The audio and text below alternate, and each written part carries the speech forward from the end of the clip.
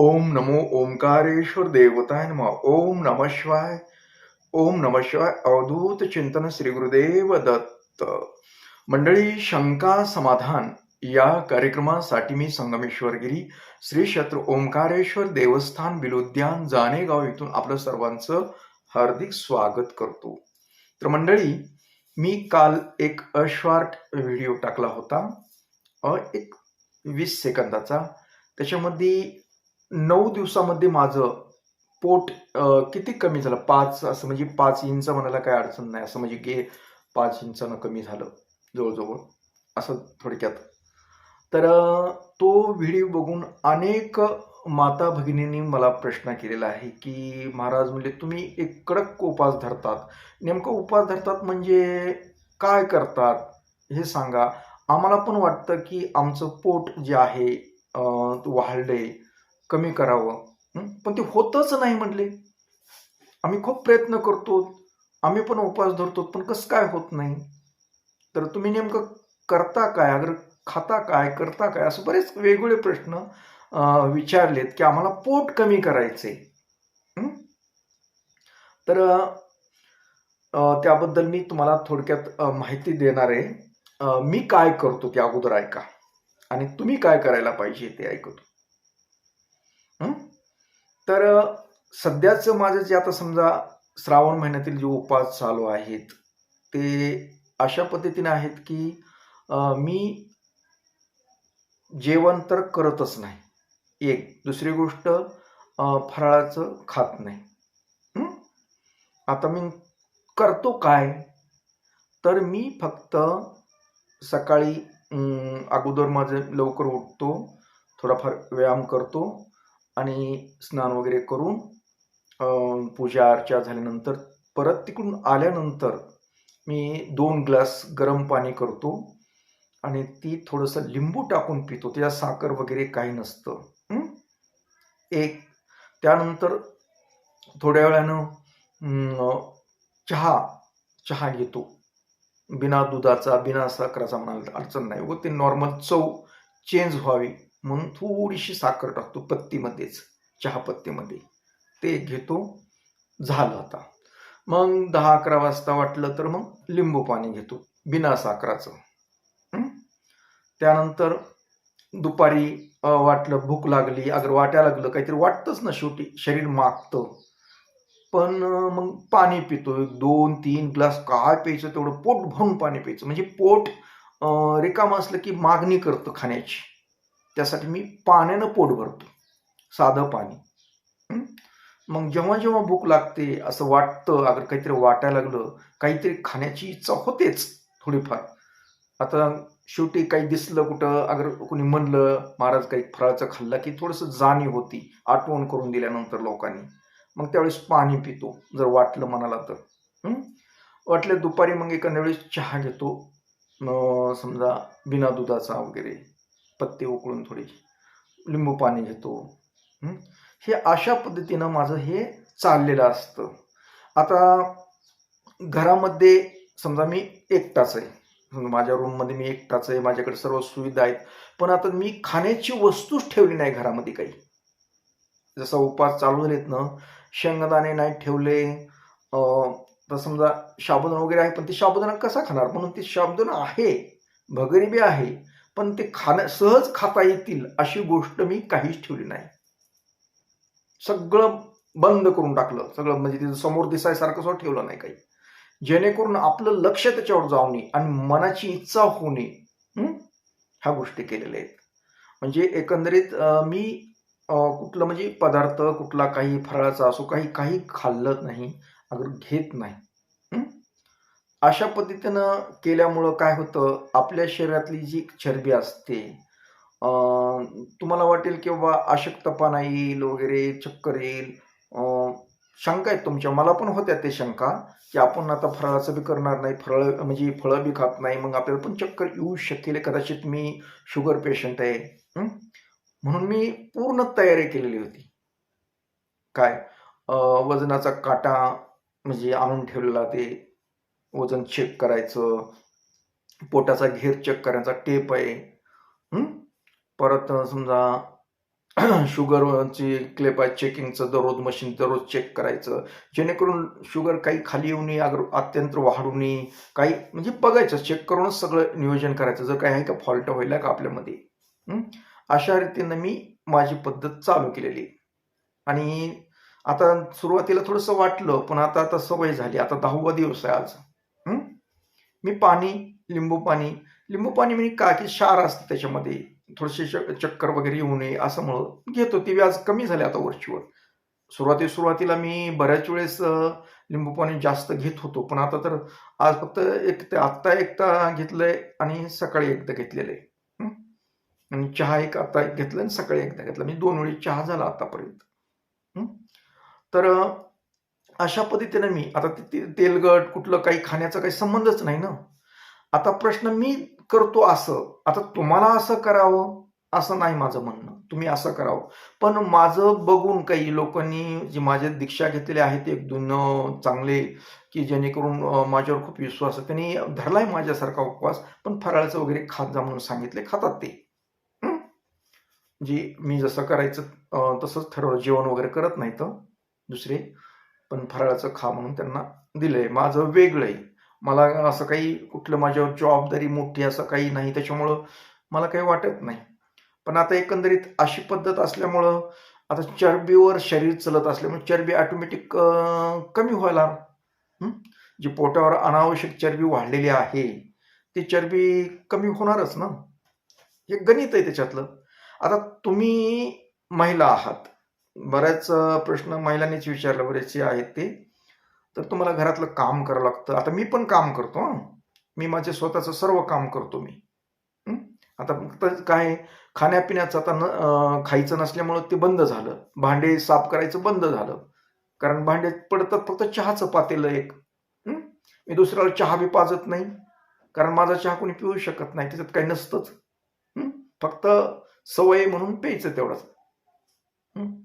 त्याच्यामुळे ते पण मला जास्त ते काम कमी झालं. तर येऊन जाऊन कपड्याचं असतं, कपडे करतो, झाडलोट असते, रूम मधले असते, मंदिराकडलं असतं, सकाळचं पूजा अर्चा असतात, हे सर्व म्हणजे जसं आहे तसं करतो. काही अशक्तपणा वगैरे काही प्रकार नाहीये. फक्त 2च पण की वजन कमी झालं, पोटाचा घेर कमी झाला, हे गोष्टी झाल्यात. मग तुम्हाला वाटतं की आमचा पण हा घेर कमी व्हावा पोटाचा, तर तुम्ही काही एवढं कडक उपास धरू नका. तरीही तुम्हाला करता येतं, पण लगे होणार नाही.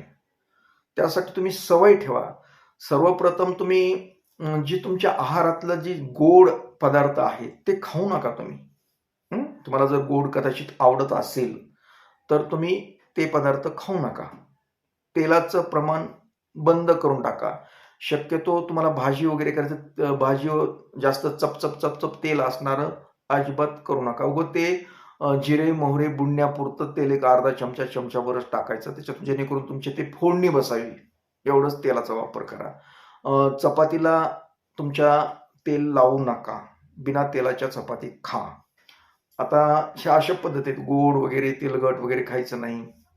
आणि तुमचा जे आहार आहे ना, तुमचा जो आहार आहे तो आहार अशा रीतीने खायचा की सकाळचा जो आहार आहे की जास्त समजा नाश्त्याचं जेवण असेल तर ते नका करू, थोडंफार काहीतरी चहा पाण्यावर भागवा, लिंबू पाणी घ्या.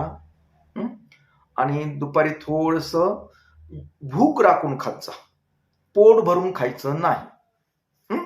एकदम तुमचा वजन एकदम म्हणजे हे होणार नाही, म्हणजे पोटाचा घेर एकदम कमी होणार नाही, वेळ लागेल. पण तुम्ही थोडं म्हणजे आता समजा तुम्हाला 2 पोळ्याची 2 चपात्याची भूक आहे, तर एका चपातीवर भागवा, 1.5 चपातीवर भागवा. आता चपातीवर एकावर जर भागवायचं असं तुम्हाला पोट भरल्यावर जर वाटत असेल, करायचं असेल, तर काय करायचं, समजा तुम्हाला खूप भूक लागलेली आणि तुम्हाला वाटतं की आता 2 भाकरी खाईल, अगर 2 चपात्या खाईल, तर आपल्याला 1च चपाती खायची. मग ती कशी खायची? तर ती चपाती अथवा भाकरी अशी त्याची चुरा करा, चुरा. आणि पातळ भाजी करा.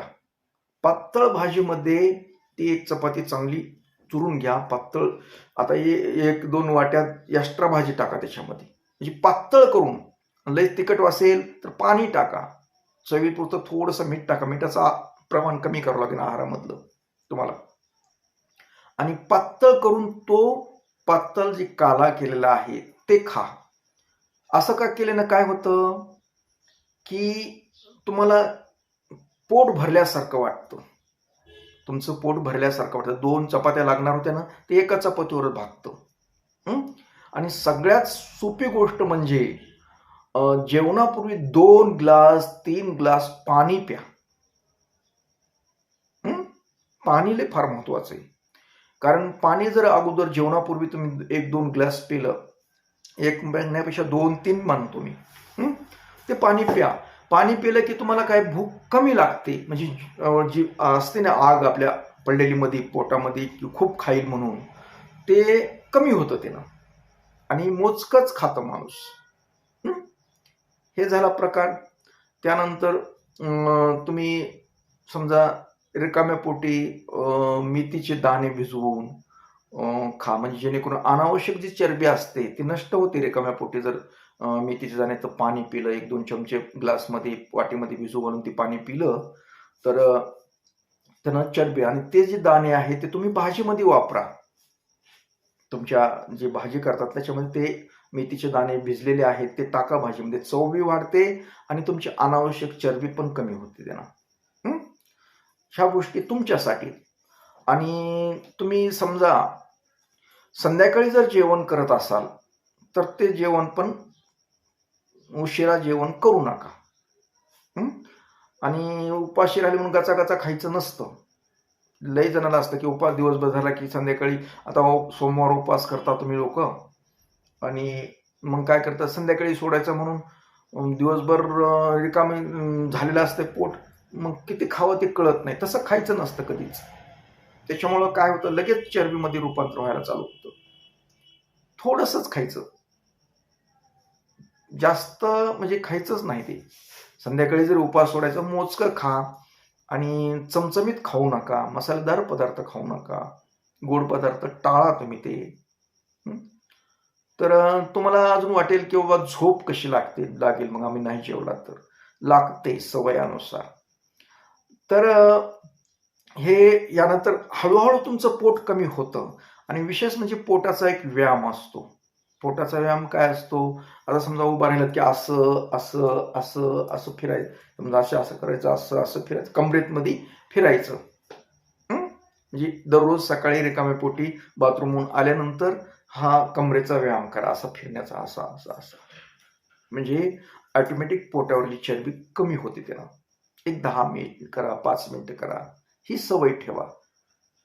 जेणेकरून तुम्हाला अशक्तपणा पण वाटणार नाही आणि तुमचं शरीर प्रमाणबद्ध राहील. आता ही चरबी कमी करण्याचं म्हणजे फायदे खूप आहेत. कारण तुम्ही जर चरबी कमी केली तर तुमची हालचाल आहे, तुम्हाला उत्साह वाटेल, जी जडपणा असतो शरीरामध्ये तो कमी होतो. या अंग सतत गच्च वाटणं, आता समजा असं वाटतं ना, अंग दुखणं वगैरे, पाय दुखणं, हे कमी होऊन जातात त्यानं.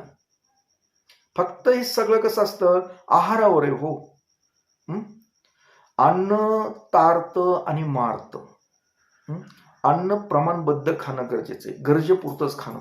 माझं एरवी तसंच असतं. माझं जेवण नसतं, मला बरेच उपवासच असतात, एरवी पण उपवासच असतात. कधीतरी केव्हा तरी एक तलप आली म्हणून कधीतरी वाटलं खावा, अगर कुठेतरी गेलो तर खातो, नाही तर खात नाही मी. असं गरज नसतं. आता वय जर तुमचे वय समजा 40च्या पुढे जर गेला असेल तर तुम्ही आहार कमी करणं गरजेचं आहे. आता तुम्हाला गरज नाही, तुम्ही गरज नसताना खाता ना, त्याचा परिणाम आहे हा.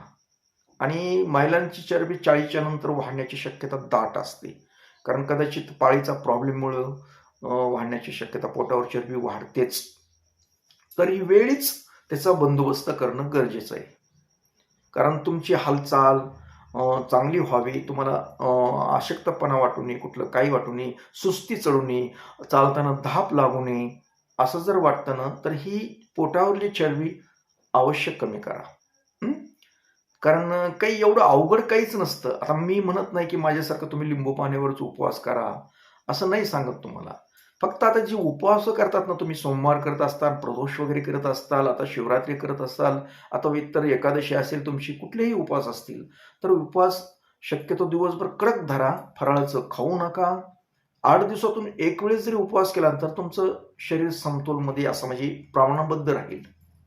जास्त असं उपवासाच्या काळामध्ये तुम्ही फराळाचं काय अन्न फक्त चेंज करता. भाकरीच्या ऐवजी तुम्ही साबुदाणा खिचडी खाता, त्याच्यामध्ये बटाटे असतात, बटाट्याने वजन वाढतं, पोट वाढतं. पुन्हा तळलेले पदार्थ असतात, तुमच्याकडे चिप्स असतं, कुठं काही असतं त्याचे ते काय तुमच्या मला ते नावं येत नाहीत कारण मी काही खात नाही ते तसले तळलेले वगैरे खूप खातात. म्हणजे जेवणच एक प्रकारचं करतात उपवास काळामध्ये. हे असं नाही करायचं. मग कसं तुमचं पोट कमी होईल? तुम्ही खाताय फक्त अन्न चेंज करा. भाकरीच्या ऐवजी हे पदार्थ खाताय तुम्ही, ते बंद करून टाका. बंद अजिबात खाऊ नका तुम्ही. तुमचं ऑटोमॅटिक पोट कमी होऊन जाईल. उपवास धरला तर संध्याकाळचं तुम्ही खटाखटा खायचं नसतं ते. तुम्हाला काही कळत नाही. कचा खाता मग ते होतं वाढतं ते. चरबी कमी करायला काही अडचण नाही. ऑटोमॅटिक हळूहळू स्टेप बाय स्टेपनं आपल्या गरजेपेक्षा आपण जास्त आहार केला ना की चरबी वाढते. कारण आपल्याला शरीराला तेवढी गरज नाही. मर्यादित खा. ही करा उपवास कडक धरा.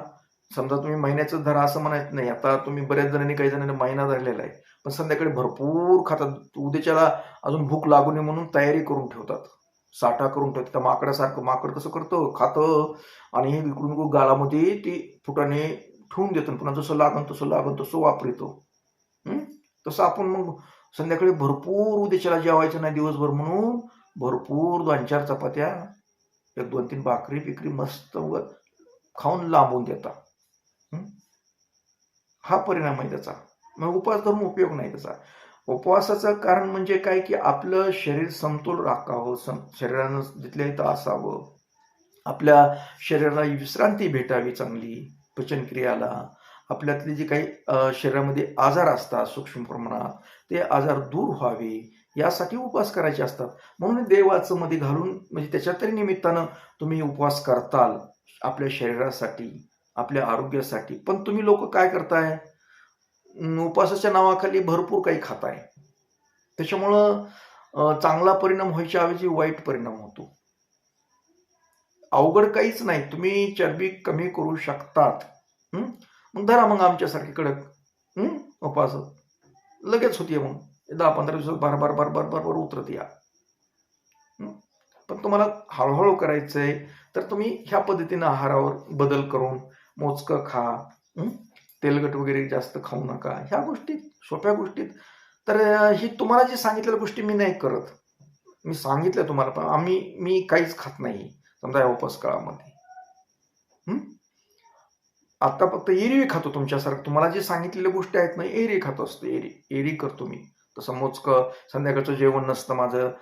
दुपारीच काहीतरी कुठंतरी भेटलं, कुठं काही मेळ लागला, मी स्वतः तर काही जास्त करतच नाही. तर त्याच्यामुळं हे प्रमाणबद्ध राहिलेलं आहे.